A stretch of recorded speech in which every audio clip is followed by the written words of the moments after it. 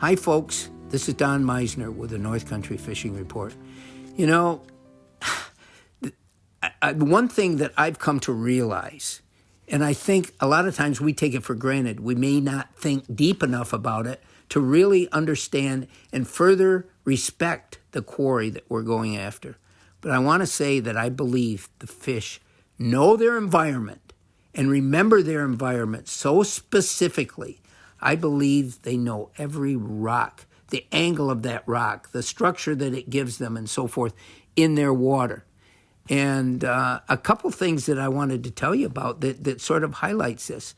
Number one, and I remember so much the story that I was given by a friend of mine who became an avid muskie fisherman in our waters. And he told me, and I told you this years ago, but most people probably wouldn't remember it now. But I told you that he was out one day and he saw this monster muskie in a pool above him. And it was doing something. It was thrashing. It was doing something. When he got closer to the pool in his canoe, the muskie saw him. And it stopped doing what it was doing. And it took off and went to another pool. Now, I'm making this muskie sound like almost like an action movie character.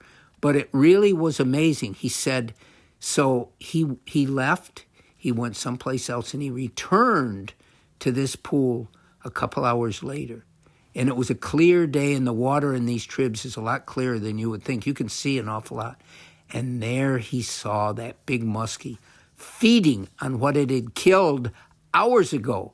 It returned to the spot of the kill. It returned to that area, and it was munching down on this huge sucker that it had killed earlier. And it really gave me a whole different understanding of these fish. Now, that may not go along with what I started this report about how they remember every aspect of their structure. But it sort of gives a life form to these fish that a lot of times we don't realize. I think they're far more than we understand.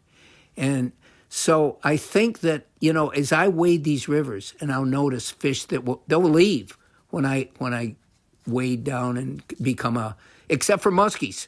Muskies aren't scared of me at all. I've had them come up and attack a lure a foot from my body that was dangling from my hook, and they didn't care a thing about me. But the other thing I've noticed, though, as I fish and I wade downstream, fish will leave an area close to me because they see me. They see me from a great distance away. They see the bait from 20 or 30 feet away, let alone some guy stumbling along with waders on trying to get into their area. But as I return, they're back in the very same spot they were before. And these spots are chosen by them, and if one dies off, another one will come in and take its place. And I hearken to something else as I tell you this. I think about animals above the ground. I think about deer because it's deer season now. And I think about how those animals at the same time of day, wherever they might be, will take the route that they do, let's say at 5 o'clock every evening, and they'll come down the same trail, and they'll come to the same spot where they feed. Oh, they remember where the apple trees are or whatever else it is that they're going to feed on.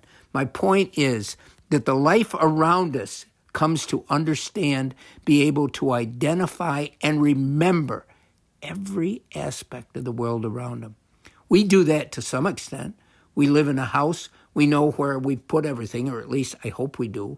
And so we know exactly where to go each time of day to find what we want, because that's part of our environment, and we remember it. Their environment is the very world around them. And to me, this just fascinates me, and it makes it more enjoyable if I remember and think about and try to learn from this every time I go fishing. It makes that fishing experience all the much more special. Until next time, folks, this is Don Meissner with the North Country Fishing Report.